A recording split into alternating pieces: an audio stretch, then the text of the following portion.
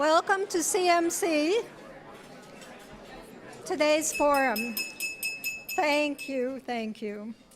I'm Carolyn Newcomb-Aludo, the chair of CMC Board of Trustees. It's great to see everyone today.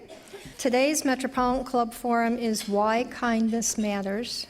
It's sponsored by State Auto and Palmetto Construction, who are represented here today by many friends and associates. Won't you please help me thank them?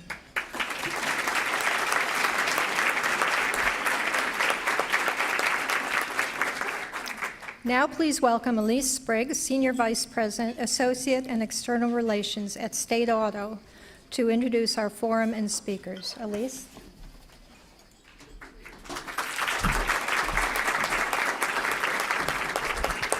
Thank you, Carol, and thank you for those that are attending this today. On behalf of the 2,000 associates at State Auto, we are pleased and honored to support the mission of the Columbus Metropolitan Club to provide a public forum on topics of importance to our community. We all know a little bit about kindness. Kindness is a behavior marked by ethical characteristics, a pleasant disposition, and a concern for others. It is known as a virtue and is recognized as a value in many cultures and religions. In a world filled with words like racism, disrespect, resentment, spiteful, mean, bullying, words that are the opposite of kindness, we offer this positive conversation as a contrast and as an intentional act of kindness. Please welcome our speakers today, the president of Otterbein University, Kathy Crandall, the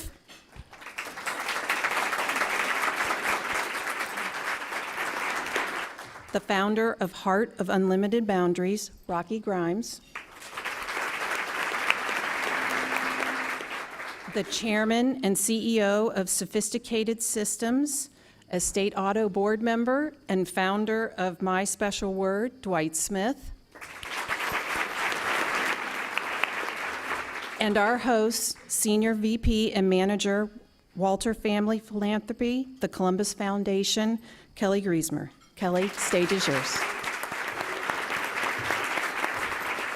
Well, welcome everyone, and we are here today to talk about something that I think many of us have taken for granted.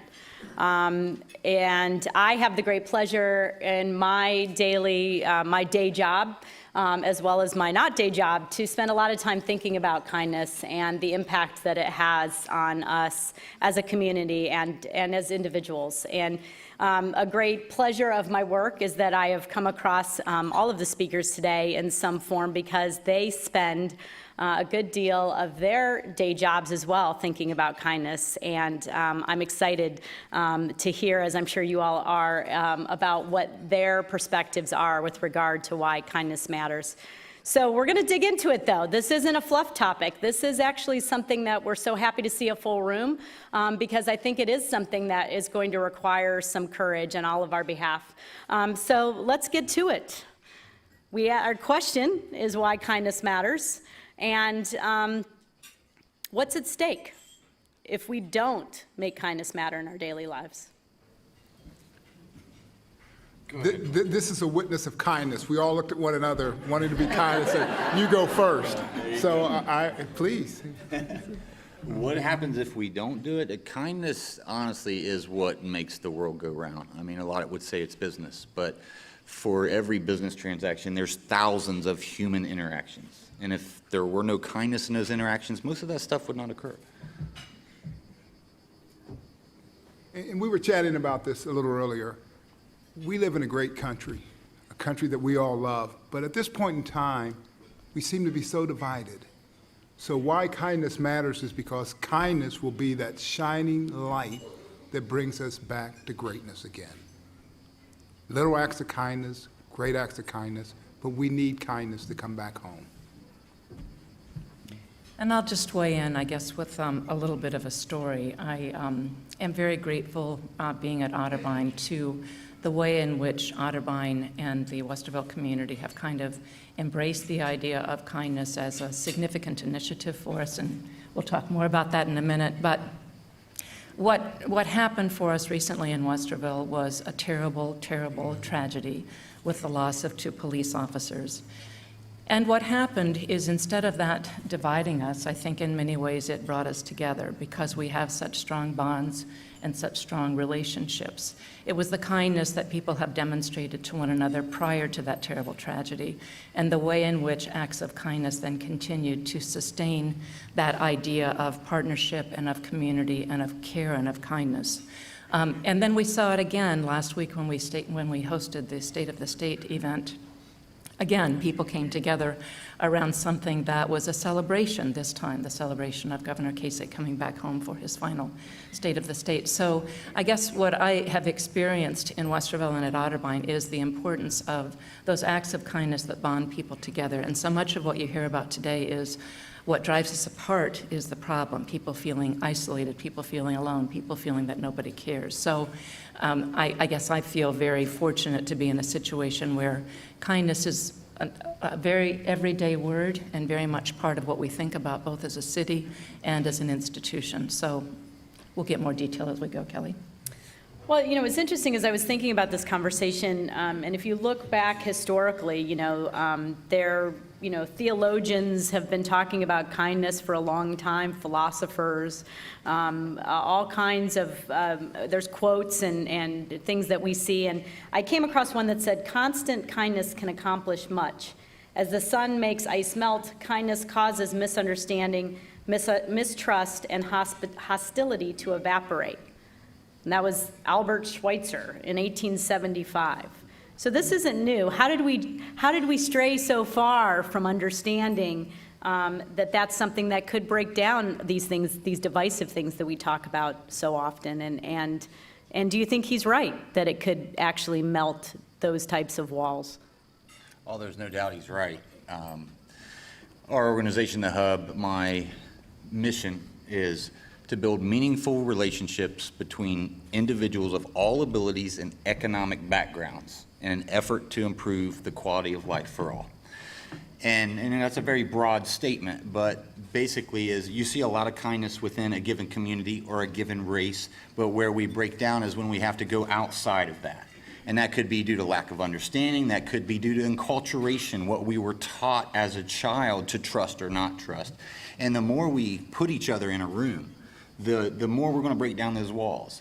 I've said once that if I was president, the first thing I would do is we wouldn't have two sides. Not that you don't have two parties, but I would make them all sit in assigned seats, right? Because it's really easy to buddy up with your side and cheer and do all that. But if you're the one, guy over there that's sitting beside someone else, you're more likely to start to understand their position a little bit more. So bring us together more and let us understand each other more, and that kindness will automatically come. And to piggyback on that, kindness toward a stranger. It's always easy to be kind toward people that you know. But when you walk by a stranger on the street and you say, good morning, good afternoon, hello, those great words like please and thank you, we never know what's going on in their lives, the suffering that they may cause. They may be suffering. And so just to be able to lift up one's spirit with a kind word or a smile. Everyone here, doesn't it feel good when you receive that? Doesn't it feel equally as well when you give that? So kindness is something that you can never give too much of, and kindness is something that it feels just as good to give as it does to receive. Well, it's priceless. It's scientifically proven, and I think you guys might be doing a study on that, but you can see it out of UCLA or Berkeley. They've done studies that physically and psychologically, you benefit not just the person giving or receiving, but anyone who witnesses that act.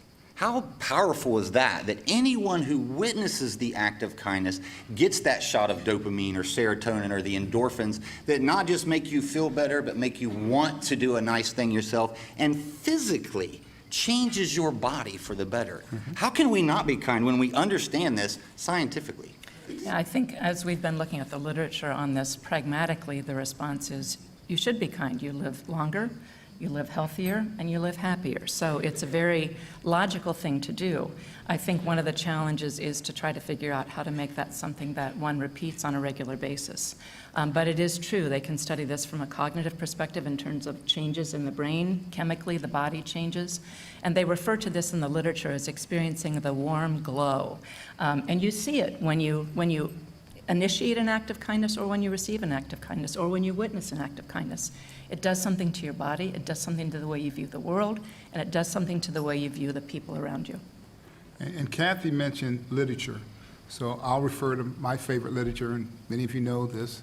I'm a very committed Christian, and my literature is the Bible. And so when people ask me about kindness and why is it important, I think that Jesus Christ, this is my personal opinion, was the perfect example of kindness. And because of my faith, I want to live like Jesus, and I want to walk in kindness. So that's my speech on literature and kindness. Right back to the good book. Well, you know, and it is interesting. I mean, that's exactly what I found when I did a little bit of this research. You know, Thomas Jefferson actually said, "I believe that every human mind feels pleasure in doing good to another." So again, this is something that isn't new. And that's before we could do the brain scans, and before we could, now we can watch it happen digitally. You know? And can we track it? I mean, is it something that's, you know, we talk about a ripple effect, right? And the fact that sometimes, you know, the kindness not only goes out, it comes back. And I think, you know, another great quote was Marcel Proust said, "Kindness is difficult to give away because it keeps coming back." So why are we, you know, what do you think it is about that? What have you seen in your experiences where that kindness has not only been put out into the universe, but it comes back in so many ways that sort of feed each other? Well, one of the things I can say at Otterbein, because this has been something we've been focused on for almost a year now, we started the process by having those who were graduating at commencement last year write a note of thanks to a faculty member or a staff member, just to say thank you for some difference that they might have made in their lives while they were an undergraduate student. And I think many faculty and staff were surprised when they got those notes. But what happened was it launched a whole series of initiatives. And so it comes back to us now in terms of the way in which, and this will make Kelly happy, we are working to make it contagious. So as we talk about this, we see other elements. So it was really started by an initiative with our graduating class, but it has come back to us through student activities, through student affairs, through our community plunges when students go out into the community to provide service to agencies and schools and so forth. Other parts of the campus are now picking this up. So when we have a town meeting, the group organizing it might say, let's make this, let's have this focus on an act of kindness or something in which we can give something back. So when it becomes part of the regular vocabulary of the community and it becomes part of what people think about as a way to put a name on something, that's when you know it's being owned by everybody in the organization and the culture. Other experiences with kindness, the sort of the boomerang effect? From my perspective, I mean, with what we do, I am just engulfed in kindness. Not just for what I do for the individuals and what individuals have done for me, but I work with individuals with special needs. And that entire network that supports that community. It's hard not to go even a few minutes and see something beautiful, see something kind, and see it self-replicate, you know. So I understand the challenge clearly of taking something that's seemingly trite and getting someone to understand how powerful it actually is. I mean, I'm a grown man that plays with toys for a living, right? I have to bring people out and let them see firsthand how truly impactful this is. Because at first you think, yeah, that's cute and that's nice and that's sweet. But if you engulf yourself in it and you see the impact, you see it replicate, they walk away believers. I think also when I guess I appreciate the Columbus Foundation kind of taking this on as a major initiative through the Big Table conversations and the Big Give and then Kind Columbus. You begin to see this playing out in different ways in different parts of the city and in different organizations. And I don't know, there's something about labeling it and making it a regular part of our vocabulary and then reminding ourselves it affects the way you respond to a situation or the way in which you interact with someone.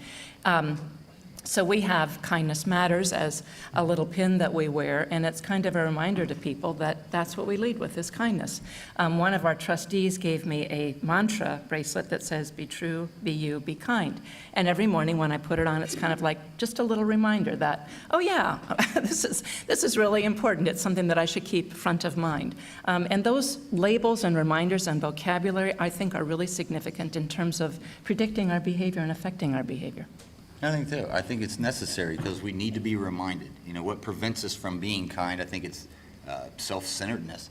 And I don't mean that from a negative perspective. I mean that it's perfectly natural that our needs and our wants consume our thoughts. So to be reminded that there's someone other than yourself out there will allow you to do that. What's so fascinating to me is that, you know, our brain becomes stronger at whatever we do. It develops so that we become better at whatever we're trying to achieve. So if we're trying to solve our own problems and focus on ourselves, we become more powerful at focusing on ourselves. If we can deviate from that a little bit, if we can start to look outside that, your brain is naturally going to start to cause you to do that more often and become better at it. Just remind me that I'm supposed to do it, right? And so you mentioned earlier my special word, so I'd like to do 60 seconds on that. So the concept around special words is we've been asking children, what is your special word? What is the word that you would describe the person you are or you aspire to be? And why did you choose that word? And we hear words like love and respect and family and friendly and athletic and all that, but many, many children, which is great hope for the future, come back and say, my special word is kind, because I want to be kind. And the thought process there is words are really important and impactful. And if we can change the words that we use, we can change the conversations we have. If we change the conversations we have, we can change behaviors. And if we can change behaviors, we can change the world. Isn't it great when people say, I want to be kind, and I'm committed to living that out? It's a small thing, but kind is not just a word. It's an action, it's a value, and it's a lifestyle. And it can change the world. Yeah, baby. Well, Sorry, but you got that. and I think what's important about what you're saying is this concept of saying it out loud. Because I will say that through some of the activities that we've done over the past year or so of piloting kindness in the community, I find that the community is incredibly shy about their kindness. If we, social media is what we do. We film our food, we film our shoes, we film our new car, our kids' trophies. But when we ask people to prompt them and say, tell us something kind you did today, the number one response I got was, oh, no. I can't talk about that. I'd be bragging. So how do we get people past that hurdle that this is the best part of their day, and if they share those moments of kindness, they're really creating the examples you're talking about for everyone. They're inspiring every time they share it, every time they're willing to say it out loud, they share it and hopefully inspire someone else. Well, I think, maybe some of those individuals didn't perform an act of kindness that day. I'm sorry, right? There's a certain percentage of them that did not. You're right. But they're thinking about it now, right? Okay, I hope so, yeah. You gotta It's not hope that you everybody guys, had a little bit. But I think it can be viewed as weak. Unfortunately, it's like, how it takes the bigger man to walk away, right? You can be the guy that stands there and ready to fight, but it takes the bigger man to walk away. Someone who wants to exaggerate or wants to talk about their kindness, they might be viewed as weak by their peers.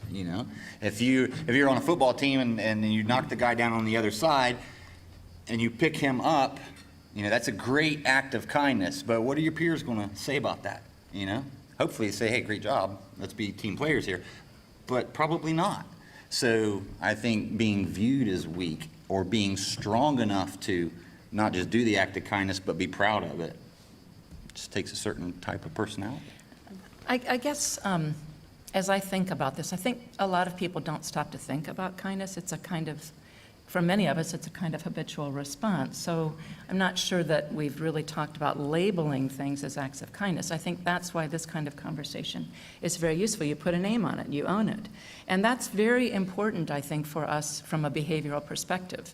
You can do things naturalistically from habit and so forth, but when it becomes sort of front of mind and you say this is an important thing for us to be thinking about, to be talking about, and make it explicit, I think people begin to think more about it. I think it's that habitual kind of thing. It kind of grows. I guess I wanted to pick up on one word that you've used a lot, and I think we've probably all thought about this, and that is the concept of community. I think community is really important in this conversation. When you think about acts of kindness, or you think about things like making kindness contagious, again, that sort of ability to put your arms around it in a very tangible kind of concrete way, this is a community initiative. And I'm going to tell just a really quick story. I went to a race a couple of years ago. I wasn't racing, I was walking, but anyway, it was a 10K. And so anyway, I went, and there were a number of Otterbein folks there, but there were also community folks. Anyway, there was one young woman standing off to the side, and I went over to her and just said, I just wondered, what brought you here? And this was a memorial race for one of our students who had died in an accident, a kayaking accident. He'd drowned. And so it was a memorial to raise money for his scholarship. And she was off all by herself, looking very alone, and she said to me, well, I'm coming to Otterbein in the fall, and I read about this event, and I thought, I'm joining the community, and I need to do things that will help me understand that community and engage in that community. And you're all doing this to remember someone who died in a terrible accident. I want to be a part of joining your community in this way and participating.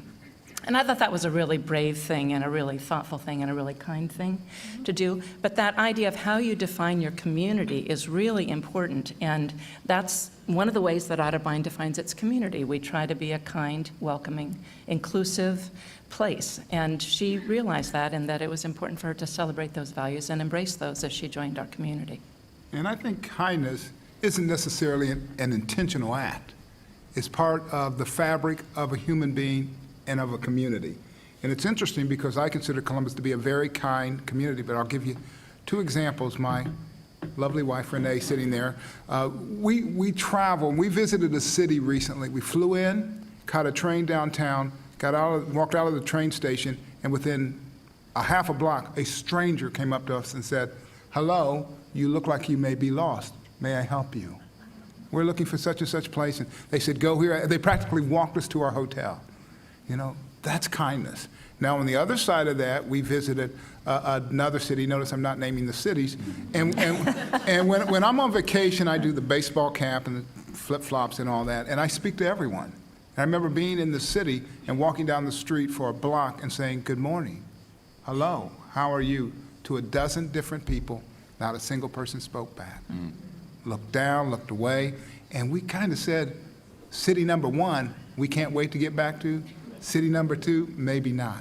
I think Columbus is city number one on steroids.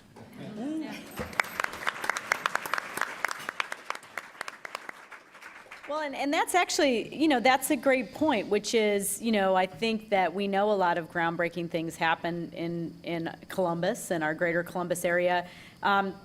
Is it crazy to think we can be an example for the United States or the world when it comes to seeing other people and connecting with each other? I don't think it matters if it's crazy or not. It's, Right. It's important. I mean, it's something that I think there's great communities. You've seen such tremendous response, and we're seeing this play out in so many different ways. So many different parts of the city, so many different organizations are grabbing onto this. I don't care if it's crazy. Yeah, absolutely, if it works. I mean, you can't deny it. If you look at what's happening at TRC and autonomous vehicles, if you look at, there's so many different things we can reference. And if we're at the forefront of that, then they need to catch up. And maybe social media. There's a bright side and a dark side to social media, right? It can share love and kindness or hatred. The other thing is social media sometimes makes us insensitive because we'd rather talk to our iPhones than to one another. It's pretty hard to be kind to an iPhone. It's pretty easy to be kind to the person sitting next to you. So maybe we ought to disconnect and have conversations and display kindness.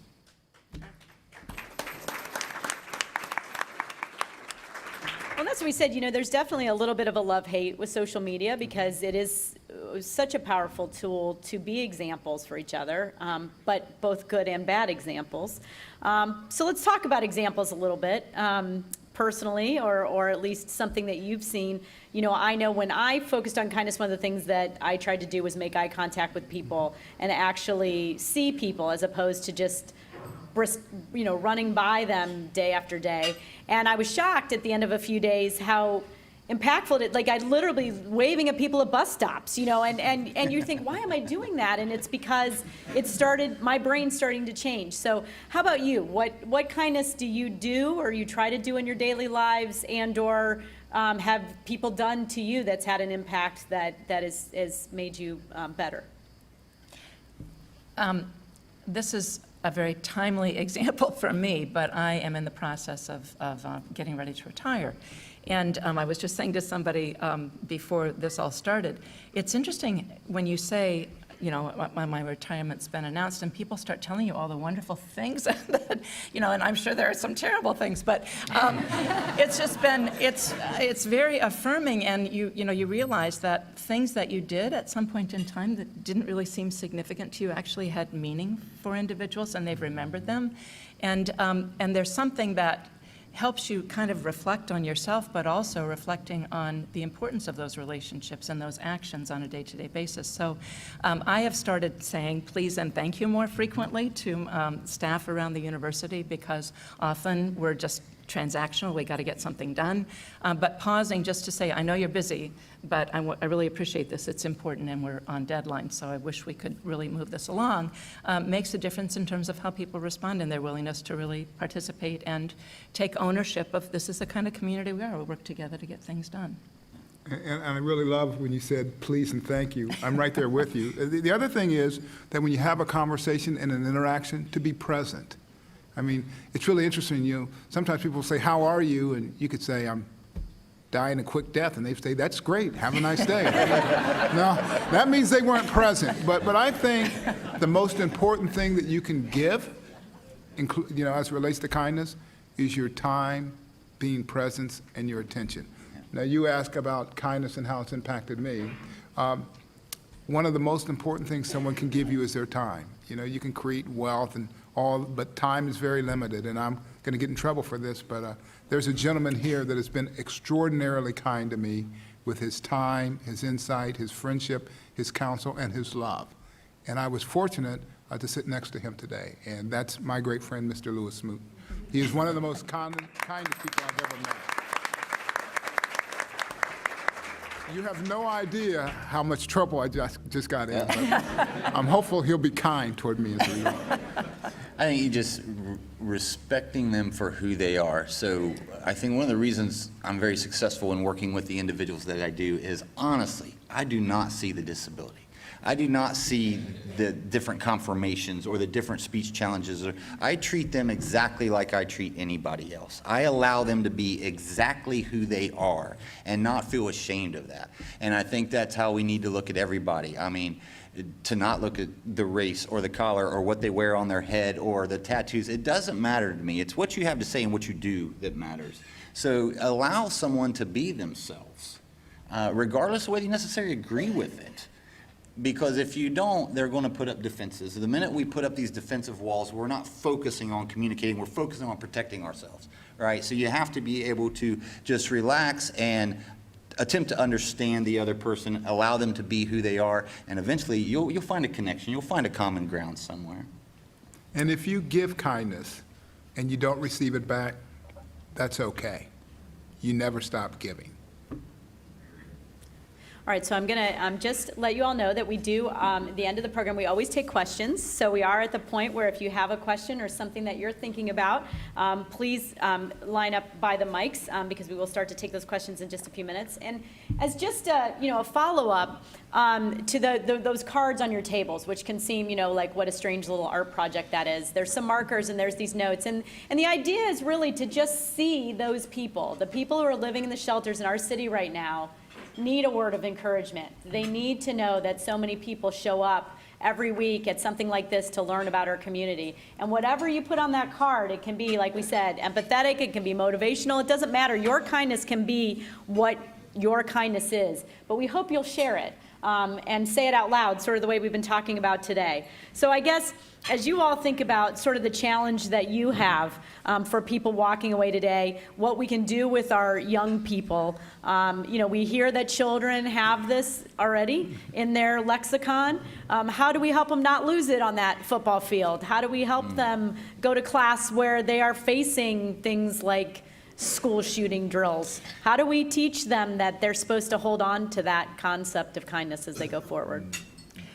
I think what I'm seeing in our students is the ability to take action. They are not silent. They are not stepping back.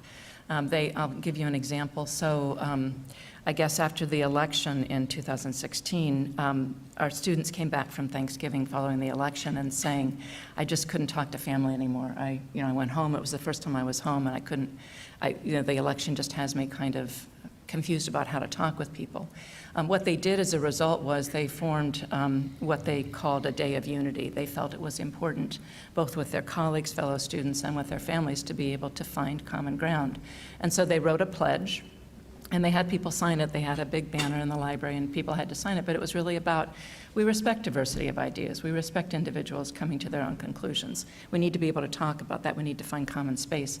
And I guess I take I'm spoiled because I'm around 18 to 22-year-olds every day, and then beyond that. But, it just gives you a sense of optimism about the future. These are kids who want to take action. They want to engage, and they know that their actions are very important, and they're very concerned about how they do that in a constructive way. So I find it very affirming in terms of them taking hold of these concepts.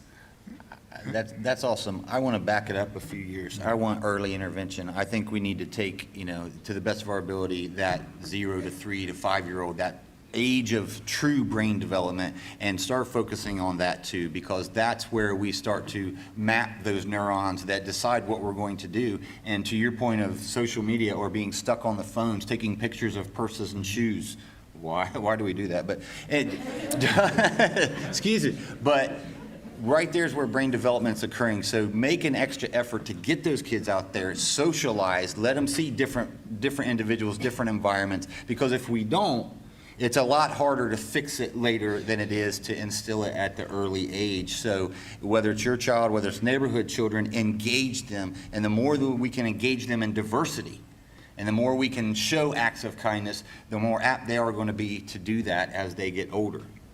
And I think it's important to reinforce good behaviors. Too often we look to catch people doing something wrong and criticize.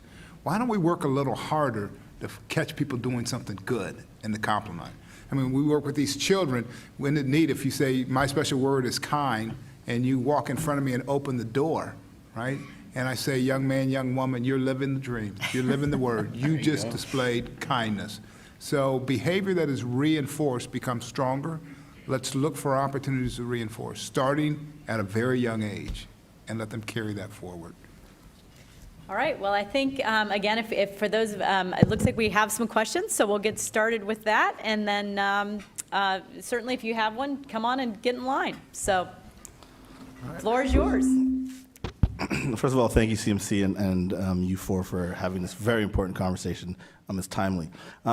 When I was raised, my parents raised me with this idea that humanity had this unlimited capacity for kindness, and it was warm and fuzzy. But as an adult and as a scientist, I can safely say there's enough data that says that's true. So, for example, if there's a tsunami in Indonesia, if there's a hurricane in Haiti, if there's gun violence in a casino, what have you, Westerville, I mean, you name it, tragedy has people forget race, religion, gender, and people come together in tremendous ways. What is it about, and by the way, when the tragedy is forgotten, we kind of settle back to our own, I hate you or I dislike you, what have you. So what is it about tragedy that does that, and is there anything we can learn from it? And I'm not suggesting, yes, have a tragedy every week to get people to be kind. But what is it about that clearly rubs away this issue and everybody is kind in any given environment that's affected by tragedy? I think it brings it back to our own mortality. When you see that occur, you empathize with that, right? Just like you see kindness occur, you want to do it. When you see that tragedy occur, you recognize real quick that could be me. And you're willing to do whatever's necessary to prevent that from happening to you. And whether that means disregarding race and everything else, that's what you do, at least for a short while, until you fall back into that comfortable part of your life. But we should need tragedy to bring us together. Maybe the real question is, what can we do to make it sustainable? You know, we do come together when things are rough, but we must learn to stay together.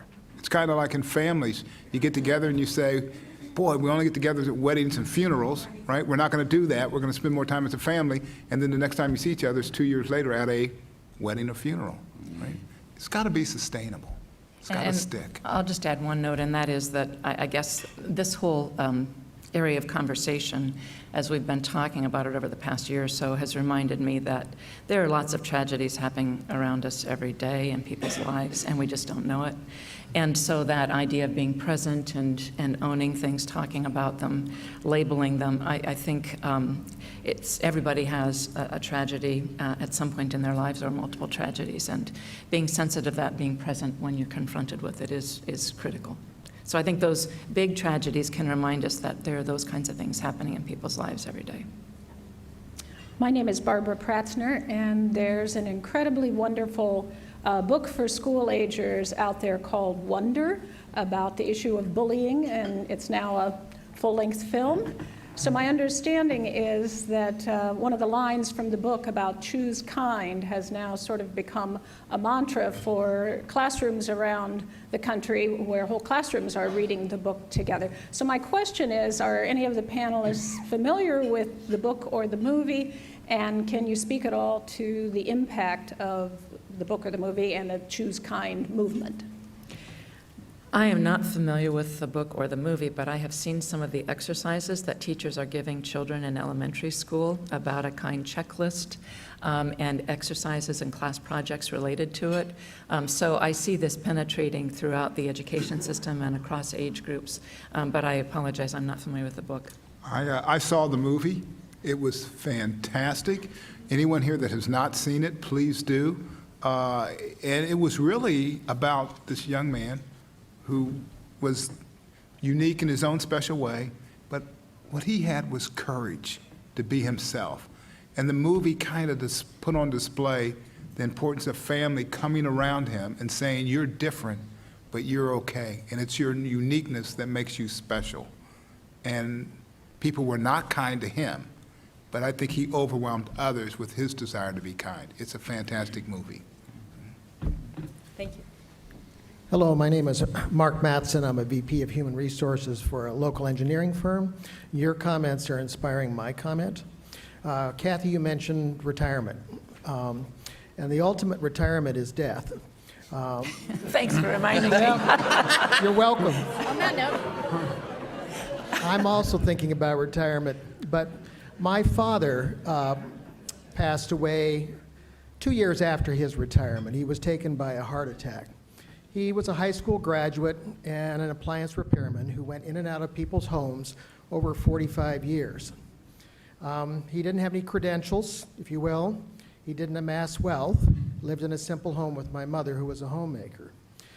His funeral mass was at 2 p.m. on a Thursday, and when my brothers and I walked into the church, it was absolutely packed. And we all asked, who are all these people? And in the receiving line, I met these people and they all talked about my father's acts of kindness through the course of his life.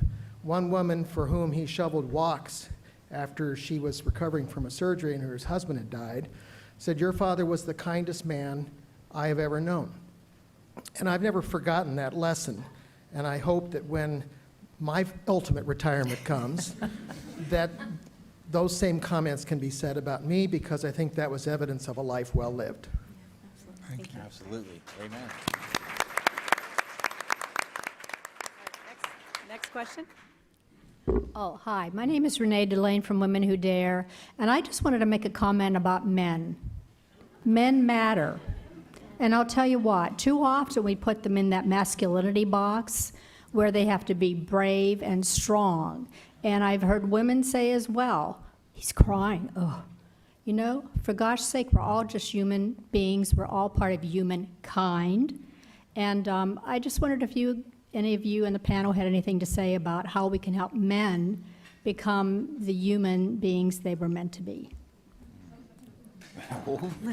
Yeah, Well, help a guy out. you know, that is tough because you do have to maintain. I think, for me, part of it was my children. I learned many years ago, it's unlikely I'm going to leave them an inheritance, but I can leave them a legacy. And so I've worked hard to do that.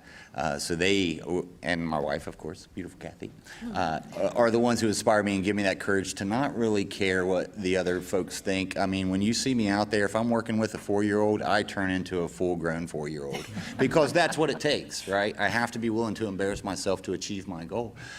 So really, if you look to someone else that can encourage you, you're more likely to do it. And this whole macho thing, I don't get. I mean, and maybe it comes with age, letting go of that. And Renee would tell you, we go to movies or if I'm out with kids and they do something great, I'll just start crying, right? And I've gotten confident enough and comfortable in my own skin that I don't try to hide that like I've got a cold. No, I'm having an emotional moment, and that's okay. And sometimes it actually allows other people to feel comfortable and join you in shedding a tear. There are tears of sadness, there are tears of joy, and I don't have a desire to do this. I have a desire to be transparent, and sometimes that means crying. And I would just say, as a woman, it's very important to reinforce those behaviors when they take place. So positive reinforcement can play a role as well. Yeah, we like that. Excuse me. All right, thank you. Next question. Yeah, my name is Bipender Jindal. I am VP of CTL Engineering. We were having a conversation. The way I see it is that kindness is universal law, just like gravity. It applies to all living beings. And we were discussing that somebody asked Buddha 2,500 years ago if there is a God. And his reply was, no. But when you are in peace and harmony with yourself and your surroundings, you are in the presence of God. So then the person said, how do I feel it? How do I know that? So at that time, Buddha said, at the grossest level, anytime you do any action towards anybody, such that which gives you goosebumps, you are in the presence of God. And you will find whenever you do something for other people, it makes you feel good. That scientific evidence you were talking about, it has been proven. So these things have not changed. One last thing on that issue, that the reason kindness seems to erode away is from the beginning of time, there has never been discrimination based on color, race, gender, nationality, or religion. These are only the means. The root cause in Indian philosophy, they said, was the human urge to feel superior and control others. As long as we continue to fight towards that, we will become a better human being. Any comments on that? Amen. Amen. There you go.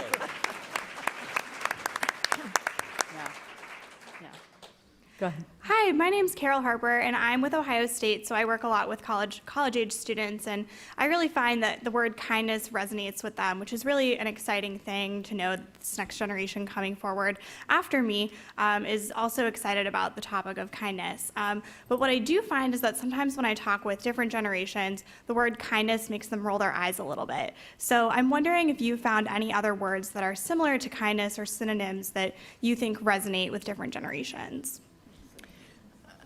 People talk, and when they do research on the notion of kindness, they really talk about things like empathy and altruism, that ability to take someone else's perspective, walk in someone else's shoes. That is the way in which a lot of social scientists talk about it. We've reverted to kindness. We like the kindness word, but there are, if you look at the research literature, that's the way, those are the concepts that are closest to kindness that they've actually given definition to. I don't have a synonym, but, I do a lot of speaking with at-risk youth for multiple reasons. And when I see that, those become my targets, right? When you see the one that rolls their eyes, that's the one you need to go focus on. Well, I hear words like respect and dignity and friendly, and a word that I hope we all get more comfortable using, which is love. I mean, if you want people to just kind of shudder, start asking them to talk about love. That is true. But isn't there a song, What the World Needs Now is? Yeah. Thank you so much. Hi, everybody. My name is Diana with a Y, and I want to thank you. My heart feels wide open. I'm so grateful to be here, and I happen to work for an Otterbein graduate, Maggie Ellison, who brought our table here today, and I'm so lucky that I get to work in a kind environment. And it's been on my mind, and I have a $1 million question. Are you ready for a $1 million question? It's been on my mind because I'm in the next level trainings, and that group, I'm in a leadership program, and the purpose of next level trainings is to create a transformed world, to go out into the communities that we're in, and to spread the love and kindness, to heal the world and to transform what we're doing. And I moved back to Columbus from the New York City, New Jersey area after being there for 20 years to Columbus. And the thing, and this is a $1 million question, the thing that's really been heavy on my mind since I've moved here is the safety.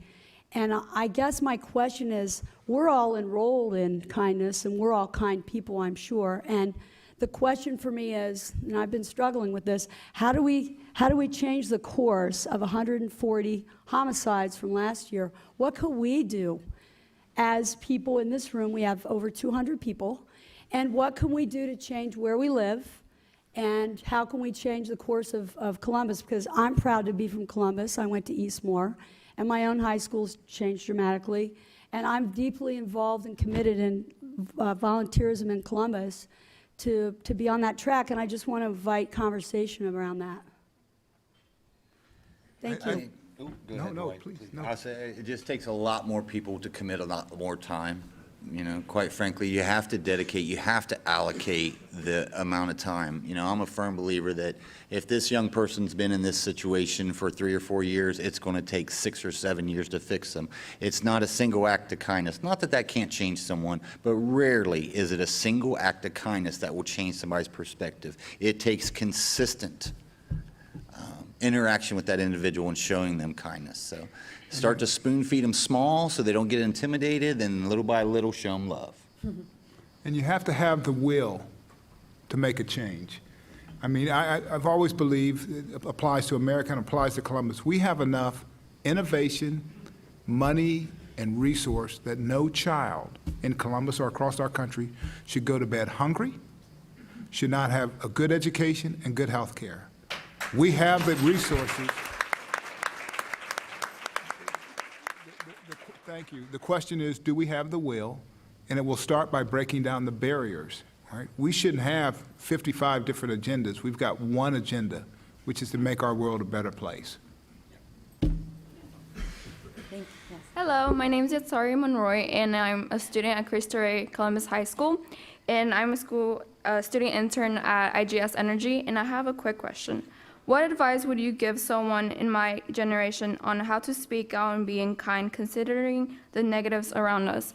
I know that us teens, we do want to spread kindness, but right now in this generation, it's kind of hard considering all the bad things there is, hatred, racism, and it's just hard to spread it out there. And I feel like some teens just want to close their minds and just not spread anymore. So for us that do want to spread kindness, how can we, considering that students don't want to? Don't speak, act, right? It's real easy to show your voice, but show your actions. Don't ask someone to do something. Do it yourself and be the example. Because you're right, it is hard, especially at your age, to stand out from your peers. If no one is being kind and you're the only one that's being kind, that's tough. But I would say suck it up. Lead by example, and others will follow. And I think action is super important, as you said. You remember I mentioned that my special word? And so a young lady, a few years younger than you, she might have been 12 or 13 years old, we asked people to come up and talk about their special words. And here's what she said, and it stuck with me. She said, my special word is confident. She said, because I'm an athlete, and when I'm on the field, I'm confident. And when I'm in the classroom, I'm confident. She said, you know why? Because I don't allow others to define myself. I'll do that myself. So just be confident and don't succumb to peer pressure. Be yourself, be your light, and your light will brighten the path for others. Thank you. I think we have one last question. There we go. So I go to Ohio Wesleyan, and so I'm surrounded by a lot of college students, and like my question is actually about like the definition of kindness and how it gets a little skewed in there. So I see that people at my school, they're very concerned about like kids in Africa, or they'd be more willing to go rebuild houses like somewhere far off in the world, and they'll associate kindness with that in a much greater level than they would with like ongoing cycles of poverty in their own area, or like people who are much closer to their age and like geographically closer, people who they have more resources to help, and they won't be as inclined to do so, or they won't feel like they're being kind when they're doing that, but they'll feel very kind when they'll go out of their way, or like even like take a flight and go help people. And like I feel like there's this like gap in capacity building there, or like this gap in understanding, and I just don't think that empathy has to be selective, or it doesn't have to be like a disaster of like a very high magnitude for someone to just be concerned about someone like across the street. So I was just wondering why, like, I feel like because of that, that's what's made people feel like kindness is just like a fluff kind of word to them. So that's how a lot of people at like or my age, or like people in my school have been associating it with such words. Yeah. That's an interesting observation, very interesting. I appreciate you bringing that up. I think that they're underestimating what a small act of kindness can do. You know, yeah, I want to go after this great big elephant, right, and prove to the world what I can do. And they're just underestimating what that little thing can do. So help prove what they can do. You know, a small act of kindness is huge in many, many ways. I guess I would just say, I think as we've talked about this, owning the idea of kindness and defining it and talking about it, there are so many needs. I think as we just heard, there are so many needs in our community. Understanding really the community rather than feeling like needs are things that take place elsewhere. Needs are things that take place right here. And so finding those groups and organizations that they can become involved in to understand more about community right here and right now is very important. I think we always have this sense of things are okay here. Things are not okay here.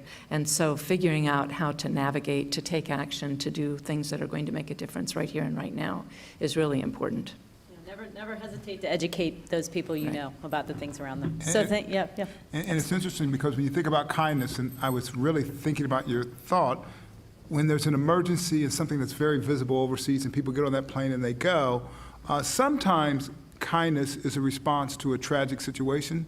Sometimes kindness is just kind. There doesn't have to be a need for people to be kind. Right? It's kind of like if you're out shoveling your snow and you go ahead and shovel the snow of your neighbors. It's not that they needed that. There wasn't a need. You just did it because you wanted to do it. So maybe we ought to separate and stop thinking that kindness is only required when there's a need. Kindness is required, period. And leave it there. I hope you all enjoyed today's forum. We encourage you, of course, to continue the conversation with cookies and coffee. And you can view and share today's forum on all of our forums on CTV, Columbus Television, and WOSU and PBS affiliates statewide through the Ohio channel and anytime on our CMC website. And remember, next week the forum is on bullying, cyberbullying, and our children, another very, very important topic, so we hope to see you then. Please help me thank our sponsors, Palmetto Construction and State Auto. Thank you very much.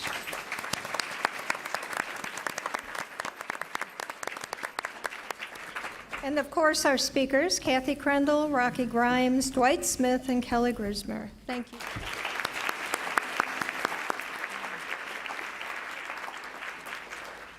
All next week.